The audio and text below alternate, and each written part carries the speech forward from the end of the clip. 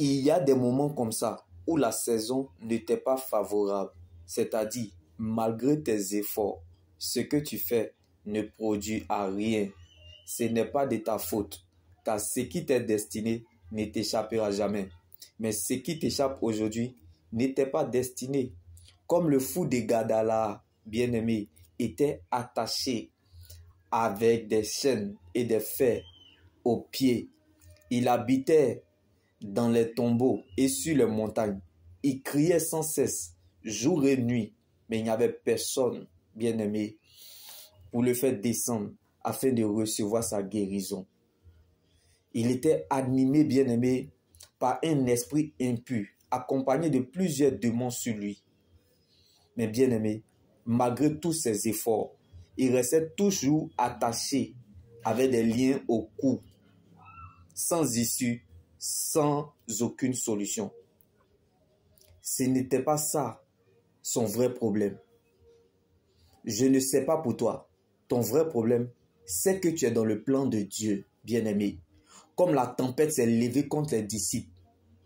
Non pas seulement parce que Jésus se trouvait dans les bacs, mais parce que aussi, c'est la révélation qui transforme. Comme Jésus devait aller délivrer le fou de Gadara, c'est pour cela que la tempête s'est levée contre les disciples. La connaissance sauve, mais c'est la révélation qui transforme. Je ne sais pas là où tu te situes. Même si les vents sont contraires à tes yeux et que tu ne vois aucun signe avantageux jusqu'à présent, sache que tu es plus grand que ton aujourd'hui. Même si le temps est contre toi, ce que tu n'es pas, tu le deviens quand Dieu dit tu l'es. Celui qui donne le temps au Saint-Esprit n'échouera jamais. Comme l'histoire du fou de Gadara. Lorsque la saison t'est favorable, bien-aimé, tu n'auras pas besoin de te déshabiller.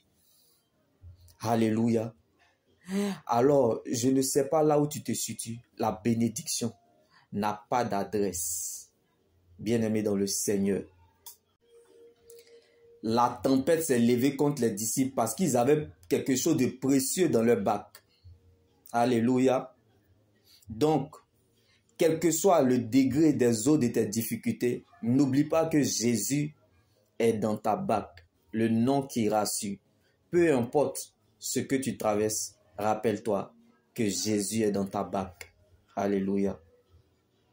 Il est parfois bien de perdre le contrôle de la situation, comme le fou de Gadara qui se trouvait dans les cimetières, sur les tombeaux, afin que Dieu prenne le contrôle de la situation, comme Jésus fut délivré, ce monsieur.